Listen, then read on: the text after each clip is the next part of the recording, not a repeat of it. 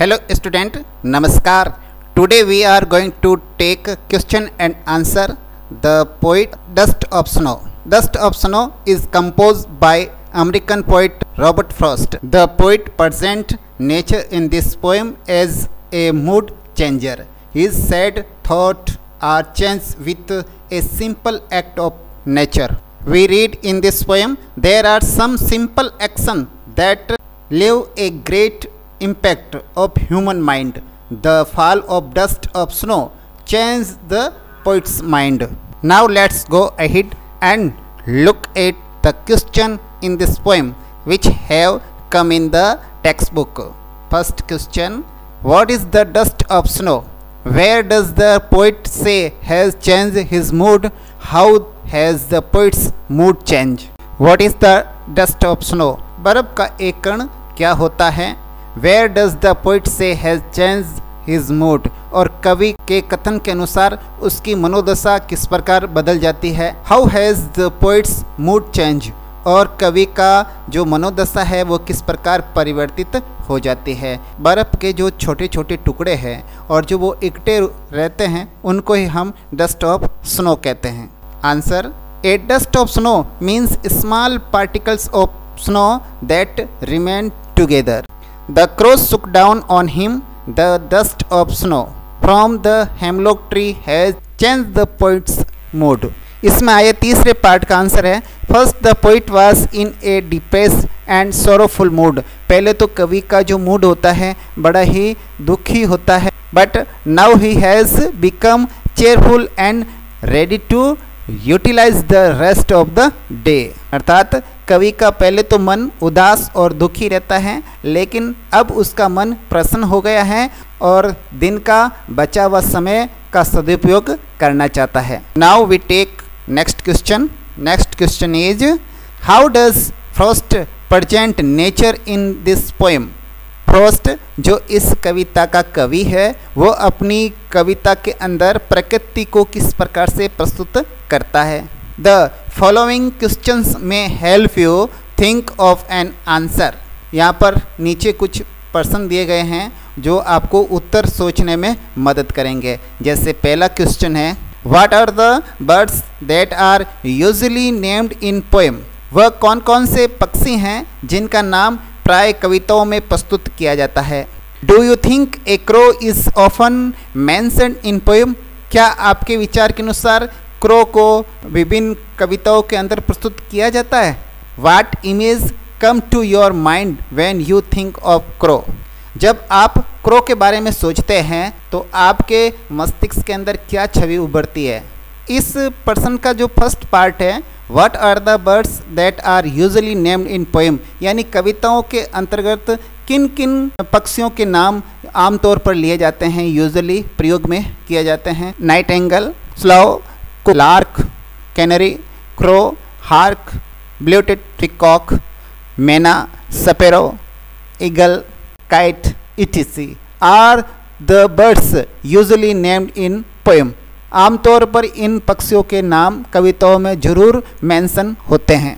फिर इस क्वेश्चन का जो दूसरा पार्ट है कि do you think A crow often mention in poem? आपके विचार के अनुसार कौवे को या क्रो को कविताओं के अंदर वर्णित किया जाता है? बिल्कुल किया जाता है. हमने ऐसी कई सारी कविताएं देखी है, पोइम्स देखी है जिसके अंदर क्रो होता है. तो इसका आंसर ऐसे लिखेंगे, yes a crow is also often mention in poem. इसी पर्सन का नेक्स्ट पार्ट है, what image come to your mind when you think of crow? जैसे आप कौवे को देखते हो तो आप क्या सोचते हो? हर व्यक्ति के मन के अंदर अलग अलग भाव होते हैं. कौवे को देखकर अलग अलग आपके मन में छवि उभर सकती है. इसका आंसर हम इस प्रकार से देंगे, when I think of A crow, जब हम कौवे के बारे में सोचते हैं, it presents the image of sadness. तो हमारे सामने सबसे पहले जो इमेज उभरती है वो सैडनेस की. सैडनेस का मतलब होता है दुख, कनिंगनेस का मतलब होता है दृष्टता. यानी कौवा होता है वो बड़ा ही दृष्ट और चालाक होता है, इसलिए ये शब्द हमारे दिमाग में जरूर उभरता है. सौरो का मतलब होता है दुख, और पेसिमिज्म का मतलब होता है निराशा. तो इस प्रकार हम इस प्रश्न का 3 पार्ट के अंदर आसानी से उत्तर दे सकते हैं। ये 3 भागों में पूछा गया है, तो हम भी इसके आंसर 3 पार्ट के अंदर देंगे। आगे बढ़ते हैं। अगला जो क्वेश्चन है वो है again what is the hemlock tree. एक बार पुनः ये बताइए कि हेमलॉक ट्री है क्या।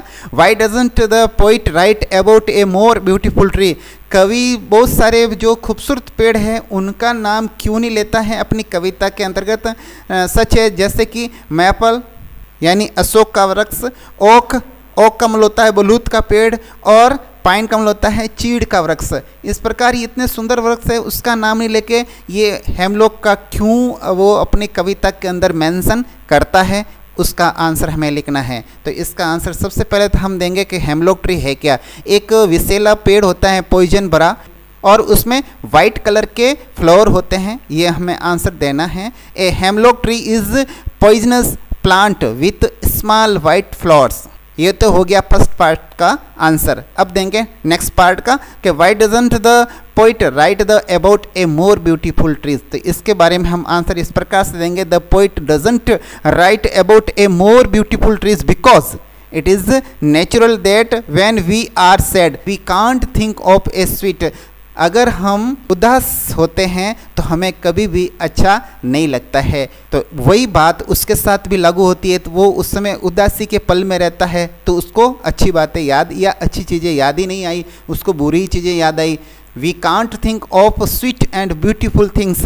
हम अच्छी चीज़ों के बारे में सोच ही नहीं सकते। The poet must have been sad at that time, यानी कभी भी उस समय दुख के पल में था। अब हम बढ़ते हैं आगे और अगला क्वेश्चन देखते हैं। What do the crow and hemlock represent. यहाँ पर जो क्रो है और हेमलॉक ये दोनों किसको रिप्रेजेंट करते हैं? जॉय एंड सोरो, यानी खुशी को या दुख को। What does the dust of snow that the crow sex of A hemlock tree stand for. बर्फ के कण जो कौवा एक हेमलॉक के पेड़ को हिलाकर नीचे गिराता है, ये भी किसका प्रतीक है? स्टैंड फॉर का मतलब होता है प्रतीक।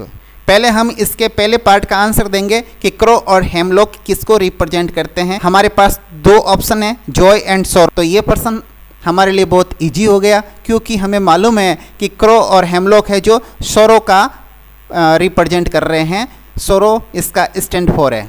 Answer the crow and hemlock represent सोरो। ये हो गया पहला का आंसर, यानी बहुत इजी है। अब लेते हैं नेक्स्ट पार्ट का। तो नेक्स्ट पार्ट का आंसर हम इस प्रकार से लिखेंगे the dust of snow stand for the ray of hope.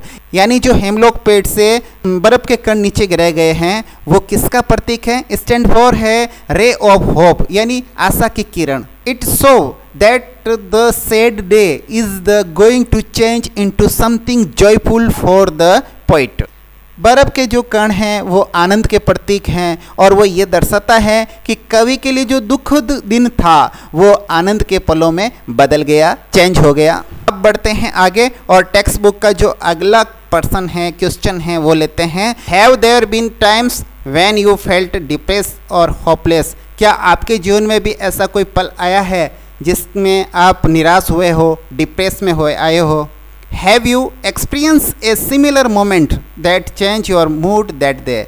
और आपके पास भी ऐसा कोई एक्सपीरियंस है, आप पहले निराश हो और ऐसा एक पल मोमेंट आता है आपके जीवन में, आप यकायक खुश हो जाते हैं। इस प्रकार के जो प्रश्न होते हैं वो आपके जीवन पर आधारित एक्सपीरियंस के आधार पर होते हैं। ये मौलिक प्रश्न हैं, इसमें आप आंसर दिया जाता है वो आपके अनुभव के आधार पर दिया जाता है। इसका मतलब जरूरी नहीं कि आप किसी यूट्यूब या इंटरनेट पर या पुस्तक में या पासबुक में या और कहीं पर भी आप देखकर आंसर लिखते हैं वही सही है। आप अपने जो मौलिक एक्सपीरियंस है उसके आधार पर भी आंसर दे सकते हैं, वो भी एकदम करेक्ट होगा, सही होगा। हम यहाँ पर जो आंसर दे रहे हैं वो हमारे अनुभव के आधार पर दे रहे हैं। हो सकता है आपका अनुभव कुछ और रहा हो तो आप उसको भी अपने प्रश्न के अंदर इंक्लूड कर सकते हैं। हम एक एग्जाम्पल के रूप में आपके सामने इस प्रकार से आंसर देने वाले हैं, जैसे yes many times when I feel sad और डिप्रेस और होपलेस। यानी हम हमारे जीवन में कई बार उदास हो जाते हैं, डिप्रेस में आ जाते हैं और सैड हो जाते हैं, यानी दुखी हो जाते हैं। लेखक की तरह ऐसा भी सिमिलर मोमेंट्स आता है जिसके तहत हमारा जो मूड पहले खराब होता है वो अच्छे मूड के अंदर बदल जाता है।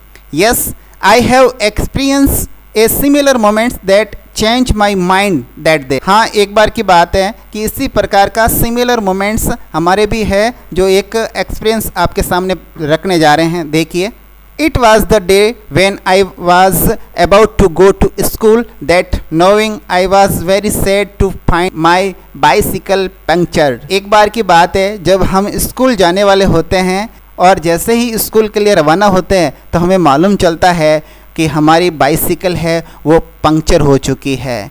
ये जानकर हमें बहुत दुख होता है। In the mean time my friends Rakesh बाबूजी inform me on phone that he was going to give me a lift to school in his new car. My mood change. और इतने में से एक मेरे दोस्त का फ़ोन आता है कि आज मैं कार के माध्यम से जाऊंगा और आपको भी मेरे साथ लेकर जाने वाला हूं। जैसे ही ये बात मैं सुनता हूं तो मेरा मूड चेंज हो जाता है। यानी ऐसे कई सारे पल होते हैं। ये तो एक छोटा सा पल है जो आपके साथ एक एक्सपीरियंस शेयर किया है, और इसके अलावा भी कई सारे ऐसे पल हैं हमारी ज़िंदगी के अंदर जिसमें हमारा मूड ख़राब चल रहा होता है, लेकिन एक ऐसी बात हो जाती है जिसमें हमारा मूड चेंज हो जाता है। तो वो पल हमें यहाँ पर लिखना है एक्सपीरियंस के रूप में। ये तो कुछ टेक्स्ट बुक के क्वेश्चन एंड आंसर थे। अब हम कुछ और इसके एडिशनल क्वेश्चन एंड आंसर ले लेते हैं ताकि बोर्ड एग्ज़ाम के लिए हमारी अच्छे से तैयारी हो जाए। इसलिए हम कुछ एडिशनल लेने चाहते हैं प्रश्नोत्तर। पहला एडिशनल प्रश्न ले रहे हैं। ये जो एडिशनल प्रश्न है, answer the following question in about 20 words, अर्थात 20 वर्ड्स के अंदर इनके आंसर हमें देने हैं। First question, what is the central idea if the poem dust of snow, यानी डस्ट ऑफ स्नो पोएम केंद्रीय भाव क्या है, ये लिखना हमें। सेंट्रल आइडियाज का मतलब होता है केंद्रीय भाव। Answer, the central idea of the poem dust of snow is the sometimes certain moments और action are simple but have a large significance. कभी कभी कुछ क्षण और पल और कार्य हमारे लिए बिल्कुल साधारण से होते हैं, लेकिन उनका महत्व, उसका सिग्निफिकेंस बहुत बड़ा होता है। Next question, what happen to the poet under a hemlock tree. जब वो हेमलॉक ट्री के नीचे होते हैं बैठे तो उनके साथ क्या घटना घटित होती है। आंसर इस प्रकार से लिखेंगे, under a hemlock tree a crow shook down the dust of snow on the poet. यानी कवि हेमलॉक ट्री के नीचे बैठा होता है, ऊपर से क्रो डस्ट ऑफ स्नो कवि के ऊपर गिराता है। It change the mood off poet, और ये जो घटना होती है ये कवि के मूड को बदल देती है। He gave up his sorrowful mood, और कवि अपनी जो दुखद और दुखपूर्ण मनोदशा होती है, मूड होता है, उसको त्याग देता है। गेव अप का मतलब होता है त्याग देना। Next question, what does dust of snow indicate. Dust of snow जो कविता है वो क्या इंडिकेट करती है, वो हमें लिखना है। तो आंसर देंगे, the falling of dust of snow from A hemlock tree change the poets mood. Hemlock के पेड़ से जो बर्फ के टुकड़े होते हैं वो जैसे गिरते हैं तो कवि का मूड चेंज हो जाता है। ही गेट रीड ऑफ हिज सोरो, और वह अपने दुख से भी छुटकारा पा लेता है। And decide to spend his rest of day in a joyful manner, तथा वो उस दिन का शेष समय होता है उसको बड़े आनंदमय तरीके से बिताना चाहता है। Now we take next question, what is the main theme of the poem dust of snow. जो पोएम डस्ट ऑफ स्नो है उसकी मेन थीम यानी उस कविता का विषय वस्तु क्या है वो बताएंगे। Answer, there are some simple action that live a great impact of human minds. कुछ सामान्य कार्य मानव के मन पर गहरा प्रभाव डालते हैं। The fall of dust of snow change the poets mood, और यहाँ पर जो बर्फ़ की धूल के कण हैं वो जो गिरते हैं वो कवि के मन को चेंज कर देते हैं, बदल देते हैं। How can you say that the poet is very sensitive. आप ये किस प्रकार से कह सकते हैं कि कवि बहुत संवेदनशील था, सेंसिटिव था। A sensitive man is affected with every action. जो सेंसिटिव मैन होता है वो प्रत्येक एक्शन से इफेक्ट होता है, प्रभावित होता है। The simple act of nature did so on the mood off poet. प्रकृति के इस एक छोटे से काम ने भी कवि के मूड को चेंज किया था। That is why he is very sensitive. इससे ऐसा लगता है कि कवि बहुत ही सेंसिटिव था, संवेदनशील था। इस प्रकार ये कुछ एडिशनल क्वेश्चन थे, उसको भी हमने इस वीडियो के अंदर सम्मिलित किए हैं। हमने हमारी तरफ से पूरी कोशिश की है, सभी क्वेश्चन अच्छे से समझाने का प्रयास किया है, और हम आशा करते हैं कि आपको सारे क्वेश्चन अच्छे से समझ में आ गए होंगे। अगर फिर भी कहीं आपको समझ में ना आए तो ज़रूर कमेंट बॉक्स में कमेंट करिएगा। यूट्यूब पे कमेंट करके हमें बताएं कि आपको कहाँ दिक्कत है, हम उस पर ज़रूर वीडियो बनाएंगे और अच्छे से समझाने का प्रयास करेंगे। हमारा जितना संभव हो सकेगा प्रयास, उतना प्रयास हम एफर्ट लगाएंगे आप लोगों के लिए। अब हम आपसे लेते हैं इजाज़त, हमें दीजिए आज्ञा। नमस्कार, वंदे मातरम, जय हिंद।